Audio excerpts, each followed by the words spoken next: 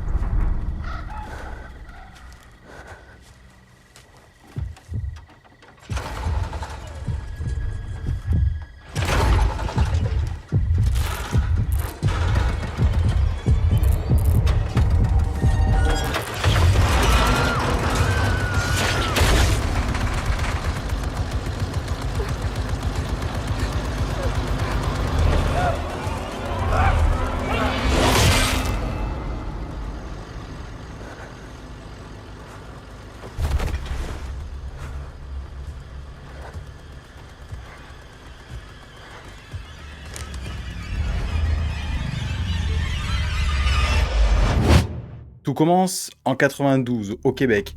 À cette époque, un homme, Rémi Racine, fonde une entreprise au nom presque oublié aujourd'hui, Megatoon Entertainment Group. Mais contrairement à ce que l'on pourrait imaginer, ce studio ne développe pas des jeux d'horreur, ni même des jeux au sens où on l'entend aujourd'hui. Non, il crée des CD-ROM éducatifs, des logiciels interactifs, des expériences multimédia destinées à apprendre mais pas à faire peur. Pendant plusieurs années, le studio évolue dans l'ombre. Il grandit lentement, sans faire de bruit, puis en 96, tout va changer. L'entreprise est rachetée, fusionnée, transformée. Elle devient alors une première version de ce qui s'appellera plus tard Behavior Interactive. Mais cette transformation n'est pas du tout une montée en puissance. C'est une perte de contrôle. Le studio n'est plus vraiment indépendant, il navigue au gré des décisions d'autres entreprises jusqu'en 1999. Cette année-là, Rémi Racine reprend les rênes, il rachète son propre studio, il tente de repartir totalement de zéro, et un an plus tard, nouveau changement, nouveau nom, Artificial Mind and Movement. Rémi Racine, je suis président d'A2M. Alors d'abord, on essaie de viser, on vise le marché gamer des consoles avec Dante Bear. On va aussi sortir sur d'autres plateformes là, dans les prochains mois. Mais c'est un jeu gamer, mais c'est un jeu gamer humoristique et violent en même temps. Alors, on attire le gamer normal qui achète les gros jeux, puis qui va acheter notre jeu comme divertissement par rapport aux gros jeux. L'expérience de jeu est plus light, mais il va rire. On rit de tout ce qui est un peu fait dans les jeux vidéo là-dedans. Indirectement, c'est extrêmement violent, mais c'est traité de façon très, très humoristique. C'est un nom froid, technique, presque impersonnel, et pour cause.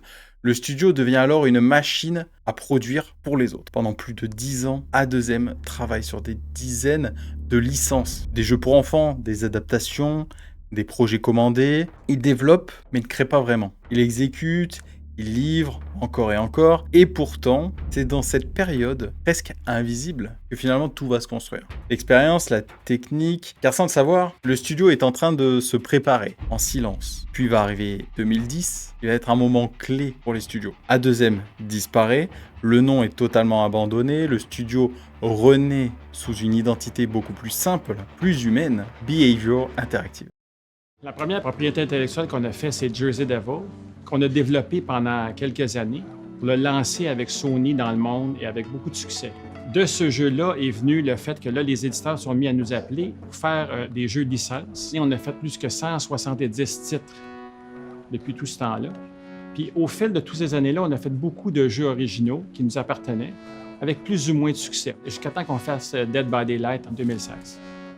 Le studio continue ses collaborations, mais quelque chose change. En 2015, un premier signal apparaît. Il participe à la création d'un jeu mobile qui explose, un succès mondial. Pour la première fois, Behavior touche du doigt ce que ça fait de marquer les joueurs. Mais ce n'est encore qu'un avant-goût, car en parallèle, une idée germe. Une idée étrange, asymétrique, déséquilibrée. Un jeu de cache-cache, mais en version cauchemardesque. En 2016, cette idée devient enfin réalité et Dead by Daylight sort.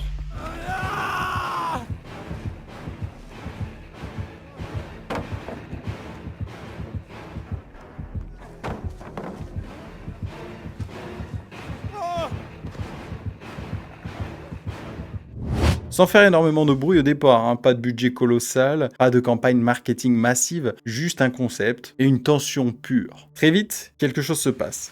Les joueurs accrochent, les streamers découvrent et les réactions vont exploser. Le côté peur, le côté imprévisible. Chaque partie est différente et c'est ce qui va finalement marquer ce jeu. Chaque rencontre sera imprévisible et surtout, le jeu ne ressemble à aucun autre sur le marché. Behavior vient de créer quelque chose d'unique, mais le vrai coup de génie arrive après. Au lieu de laisser le jeu vivre, puis mourir, comme beaucoup de studios font avec leur jeu, ils décident de l'alimenter encore et encore. Ils rajoutent des tueurs, ils rajoutent des survivants. Et surtout, ils vont ajouter des icônes de l'horreur. Petit à petit, le jeu devient un musée vivant du cinéma horrifique, un terrain de jeu où les légendes se rencontrent et cette fois, Behavior ne travaille plus pour les autres. Ils sont devenus une référence. Après plus de 20 ans dans l'ombre à avoir travaillé pour les autres, le studio qui développait des CD-ROM éducatifs vient de créer l'un des jeux d'horreur multijoueurs les plus marquants de sa génération. Et le plus troublant dans cette histoire, c'est que rien n'était prévu.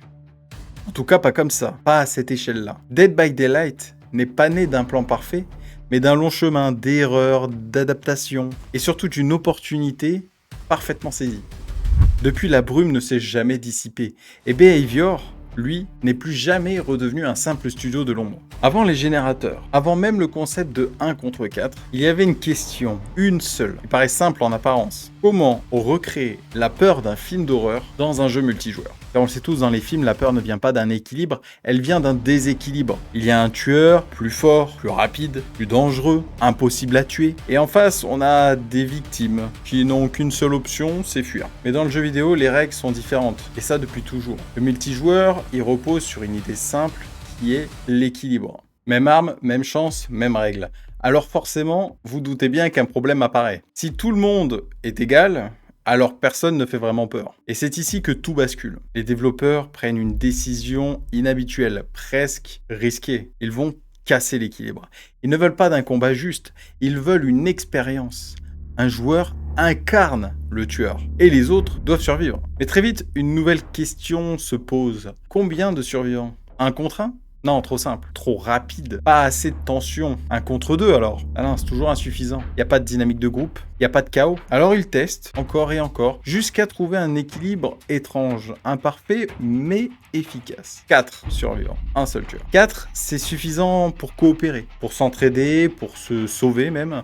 Mais en revanche, c'est pas assez pour se sentir en sécurité. Et là, il y a quelque chose qui fonctionne. Mais ce n'est pas encore un jeu, car survivre, ça suffit pas. Fuir, ça devient vite répétitif. C'est prévisible, c'est vide, il n'y a pas de contenu, il n'y a pas de gameplay. Alors ils ajoutent un objectif, réparer des générateurs. Ils sont dispersés, exposés, dangereux, et soudain, tout change. Alors c'est vrai que sur le coup ça paraît un peu simple, mais ça marche. Les survivants ne peuvent plus simplement courir et fuir le tueur.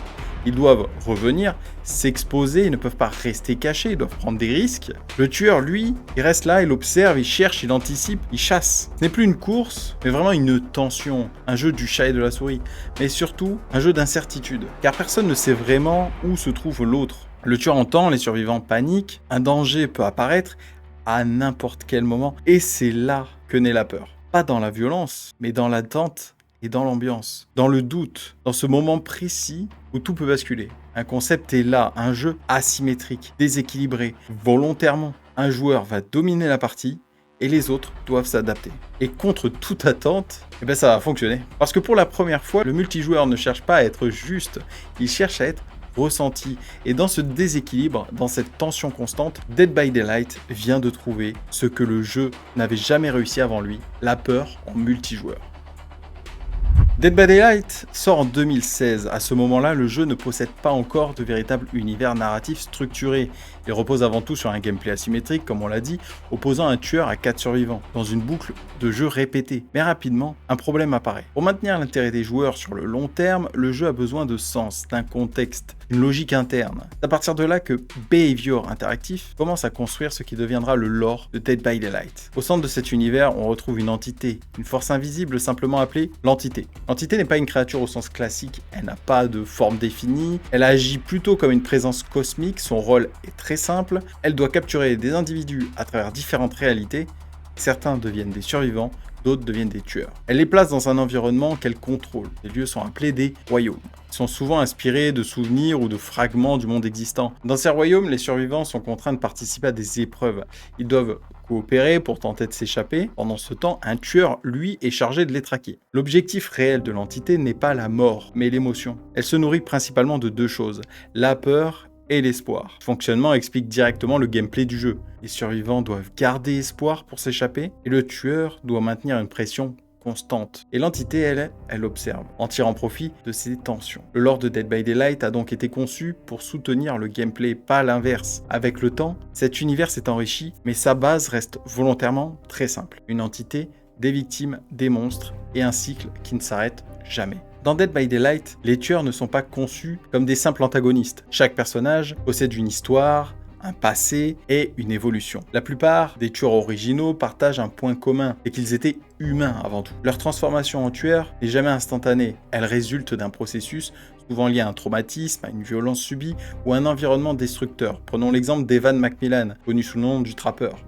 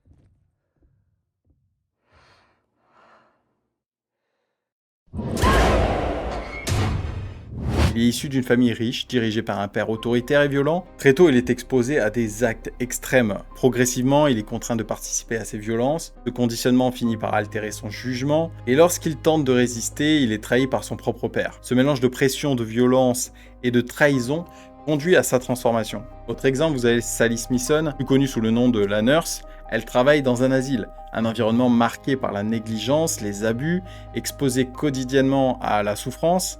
Elle développe une perception altérée de la réalité, son état mental se dégrade progressivement jusqu'à ce qu'elle perde totalement le contrôle. Dans ces deux cas, le schéma est similaire. Le personnage n'est pas mauvais à l'origine, mais il est placé dans des conditions qui le poussent à basculer. L'entité intervient ensuite, elle ne crée pas ses tueurs, elle les récupère. Elle exploite leur état, leur violence et leur instabilité. Elle les transforme en instruments. Ses choix de design permettent de créer des personnages plus complexes et surtout plus crédibles. Les tueurs de Dead by Daylight ne sont pas simplement là pour faire peur, ils sont le résultat d'une dégradation humaine, ce qui renforce l'impact du jeu car la menace n'est pas abstraite, elle est profondément liée à des réalités humaines.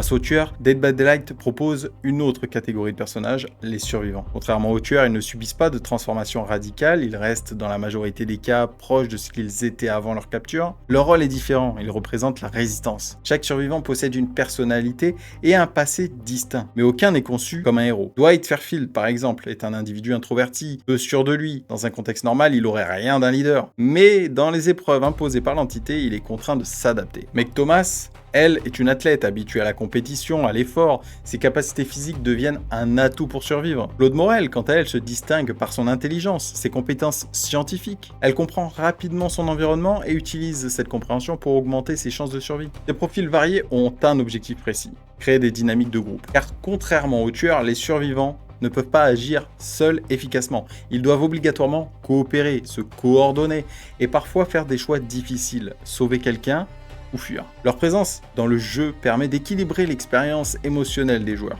Si les tueurs incarnent la perte de contrôle, les survivants incarnent la tentative de reprise de contrôle. Et cette opposition crée la tension centrale du jeu. Après sa sortie, Dead by Daylight évolue rapidement, et avec lui son univers. À partir de 2019, Behavior Interactive introduit un système appelé les archives. Ce système permet d'accéder à des éléments narratifs supplémentaires, en forme de textes, de souvenirs ou de scènes. Chaque tome se concentre sur certains personnages et développe leur histoire en profondeur. Les archives deviennent rapidement la principale source de lore du jeu et permettent d'explorer le passé des tueurs, les motivations des survivants et certains aspects de l'entité. En parallèle, Behavior commence à étendre l'univers en dehors du jeu. Des comics sont publiés, notamment autour du groupe Légion. Ces œuvres permettent d'approfondir certains personnages et d'explorer des événements qui ne sont pas directement visibles dans le jeu. Enfin, un projet d'adaptation cinématographique est annoncé, produit notamment par des studios spécialisés dans le cinéma d'horreur, Blumhouse Group, Atomic Monster.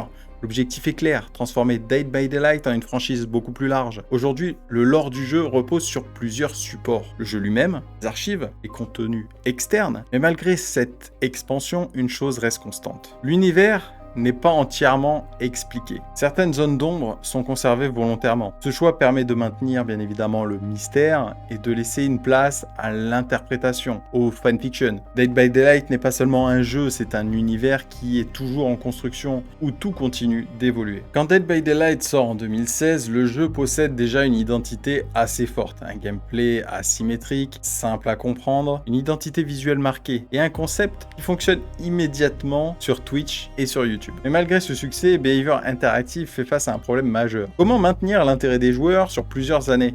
Car à cette époque, le jeu ne possède qu'un nombre limité de personnages, peu de cartes, peu de contenu, et surtout aucune grande licence de l'horreur. Behavior comprend alors quelque chose d'essentiel. Dead by Daylight ne peut pas seulement être un jeu multijoueur, il doit devenir une plateforme de l'horreur, une sorte de croisement entre différents univers, un endroit où des icônes du genre pourraient coexister. Mais cette ambition pose immédiatement une difficulté, obtenir les droits. Car dans l'industrie du cinéma d'horreur, les licences sont fragmentées. Certains appartiennent à des studios, d'autres à plusieurs ayants droit, et certains sont bloqués dans des situations juridiques très complexes. Pour un studio comme Behavior Interactive en 2016, accéder à ces licences n'a rien d'évident. Le studio reste relativement modeste, Dead by Daylight vient à peine de sortir, et personne ne sait encore si le jeu va durer réellement. Pourtant, une première collaboration historique va tout changer, Halloween. En 2016, quelques mois seulement après la sortie du jeu, Behavior annonce l'arrivée de Michael Myers.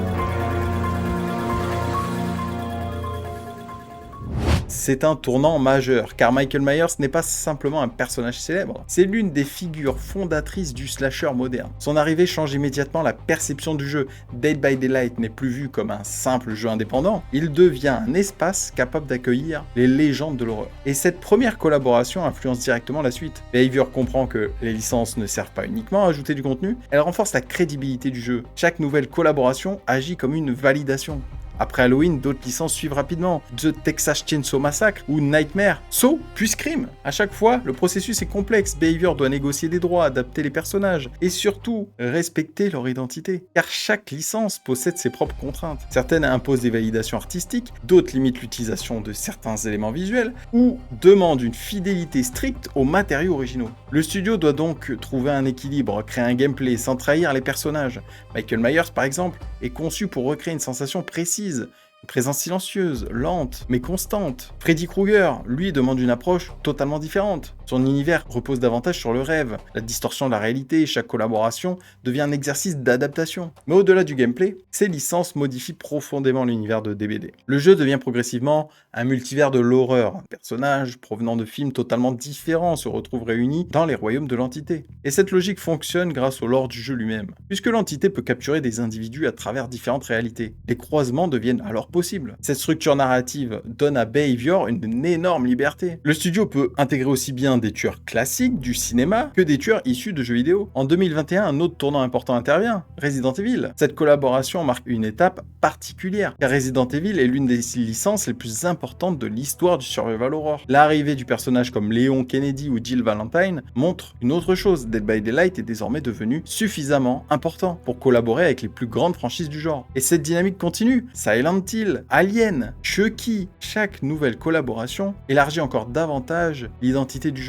Mais cette stratégie comporte aussi des risques. Plus le nombre de licences augmente, plus l'univers peut perdre en cohérence. Et Behavior doit donc maintenir un équilibre entre les personnages originaux et les licences externes. Car les créations originales restent essentielles. Elles permettent au studio de conserver une identité propre et d'éviter de dépendre uniquement des collaborations. Aujourd'hui, les collaborations sont devenues l'un des piliers de Dead by Daylight. Elles attirent de nouveaux joueurs, créent des événements médiatiques et alimentent constamment l'intérêt autour du jeu. Mais elles racontent aussi autre chose. L'évolution de Behavior Interactive lui-même, car au départ, le studio travaillait pour les licences des autres. Aujourd'hui, ce sont les plus grandes licences de l'horreur qui viennent collaborer avec lui. Et ce changement résume probablement mieux que tout le reste l'évolution de Dead by Daylight depuis 2016. Le succès de Dead by Daylight ne repose pas uniquement sur son concept. Avec le temps, le jeu a évolué parfois volontairement, parfois sous la pression de la communauté, et cette évolution a profondément transformé l'expérience proposée par Behavior Interactive. Car si le principe du jeu reste le même depuis 2016, la manière d'y jouer, elle, a énormément changé. Au lancement du jeu, Dead by Daylight ressemble davantage à un jeu de cache-cache.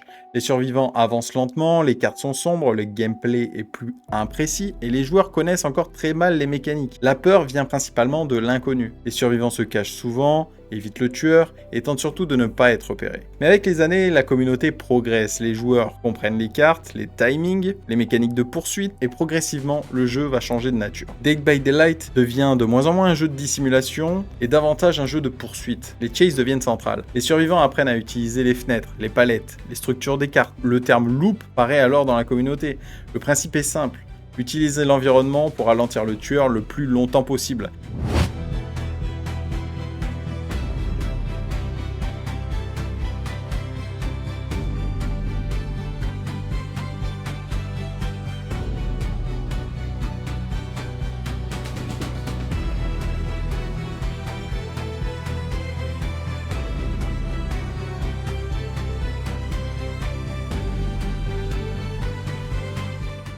Ce changement transforme profondément le jeu, le gameplay devient plus technique, plus dynamique, mais aussi moins horrifique pour certains joueurs. La peur pure des débuts laisse progressivement place à une forme de maîtrise. Behavior accompagne d'ailleurs cette évolution. Les cartes deviennent totalement plus lisibles, plus lumineuses. Certaines maps très sombres au départ sont retravaillées. L'objectif est clair, favoriser la fluidité du gameplay, car un environnement trop sombre complique la lecture des poursuites. Cette évolution divise une partie de la communauté. Certains regrettent l'ambiance plus oppressante des débuts, d'autres préfèrent un gameplay plus compétitif et plus propre. Mais au-delà du gameplay lui-même, Dead by Daylight développe aussi une réputation assez particulière. sa toxicité. Dans la communauté, plusieurs comportements deviennent rapidement célèbres. Le tunnel, par exemple. Un tueur qui décide de poursuivre systématiquement le même survivant jusqu'à son élimination, quitte à lui pourrir sa partie. Le camp aussi consiste à rester près d'un survivant accroché pour empêcher son sauvetage. Ou encore le slug, le fait de laisser volontairement des survivants au sol sans les accrocher immédiatement afin de potentiellement avoir les 4 au sol. Du côté survivant, d'autres comportements apparaissent également, la provocation, le spam d'action,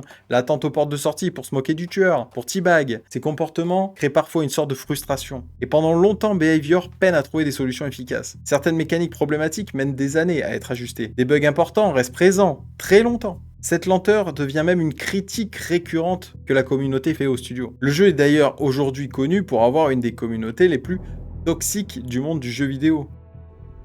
Mais malgré cela, après avoir passé 500 heures sur le jeu, je trouve quand même que la communauté reste extrêmement attachée au jeu. Car Dead by Daylight produit aussi beaucoup de moments inattendus. Il y a beaucoup de situations absurdes, des rencontres drôles, des parties complètement imprévisibles, et avec le temps, une culture communautaire particulière se développe. Les joueurs expérimentés créent des guides, expliquent les mécaniques, aident les nouveaux arrivants à comprendre le jeu, car Dead by Daylight possède une courbe d'apprentissage qui finalement est assez complexe. Comprendre les perks, les timings, les mécaniques des loops, les pouvoirs des tueurs, ça demande du temps. Et pourtant, la communauté continue d'accueillir régulièrement de nouveaux joueurs. Principalement grâce aux collaborations, chaque licence attire un nouveau public. Resident Evil attire les fans du survival horror, Silent Hill touche un autre type de joueur, Alien, Halloween, Saw, Scream. Chaque collaboration agit comme une nouvelle porte d'entrée. Et cette stratégie fonctionne particulièrement bien, parce que le modèle économique du jeu reste relativement accessible. Dead by Daylight ne repose pas sur un système pay to win. Les personnages peuvent être débloqués progressivement, les achats concernent principalement les cosmétiques, même si effectivement chaque collaboration nouvelle doit être payée avec du véritable argent, les prix restent assez maîtrisés, en moyenne 5 € pour un tueur. On est loin des tarifs que peut proposer par exemple Riot sur ses jeux type LoL ou Valorant. Le système de progression repose surtout sur le prestige. Les joueurs augmentent le niveau de leur personnage avec des blood points que tu gagnes pendant les parties. Ça débloque progressivement des compétences que tu peux ensuite partager. Il existe également des grades saisonniers pour les survivants et les tueurs, mais contrairement à certains jeux compétitifs, Dead by Daylight ne possède pas un système d'e-sport extrêmement structuré ni de ranking. Et cela est volontaire, le jeu reste asymétrique, imprévisible et difficile à équilibrer parfaitement, donc impossible de faire de compétitif. Malgré cela, une scène compétitive finit quand même par émerger. Des tournois communautaires apparaissent, la Flip League par exemple, avec leurs propres règles, leurs propres formats. Certaines équipes développent même des stratégies très avancées. Mais l'e-sport reste secondaire dans l'identité globale du jeu. Dead by Daylight reste avant tout une expérience communautaire. Pendant que cette communauté continue d'évoluer, le lore du jeu lui aussi s'étend. Les archives développent progressivement l'univers, les personnages gagnent en profondeur, et l'entité devient peu à peu plus qu'un simple prétexte narratif. Une nouvelle étape est annoncée. Comme je l'ai dit, un film Dead by Daylight entre en production. Le projet est développé par Blumhouse Productions, un des plus gros studios spécialisés dans le cinéma d'horreur moderne, connu notamment pour Insidious, Paranormal Activity, Megan récemment, ou encore Five Nights at Freddy's. Le projet implique également Atomic Monster, société créée par James Wan, un très grand réalisateur du milieu de l'horreur. Il a réalisé Saw, The Conjuring. À ce jour, peu d'informations précises sur le scénario ont été révélées, mais l'objectif semble clair. Construire une adaptation capable de retranscrire le concept de l'entité, la tension des épreuves et l'idée du multivers horrifique. Cette adaptation représente une étape importante car Dead by Daylight n'est pas seulement un jeu multijoueur, c'est désormais une franchise et cette évolution atteint probablement son symbole le plus fort, avec l'arrivée de Jason Voorhees.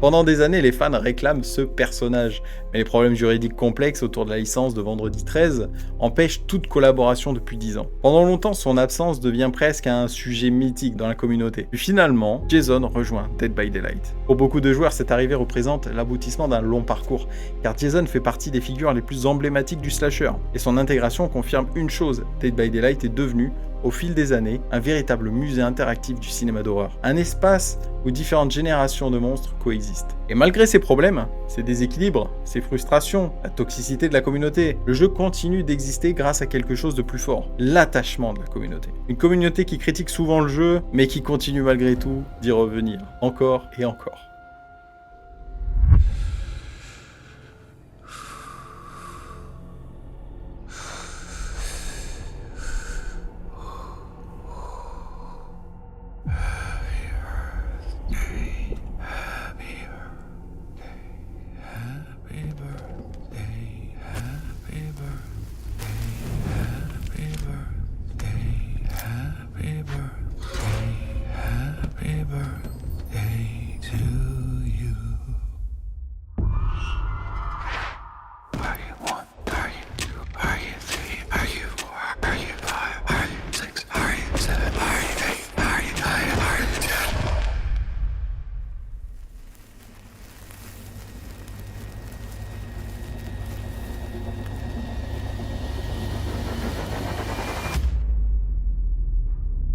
How old are you now?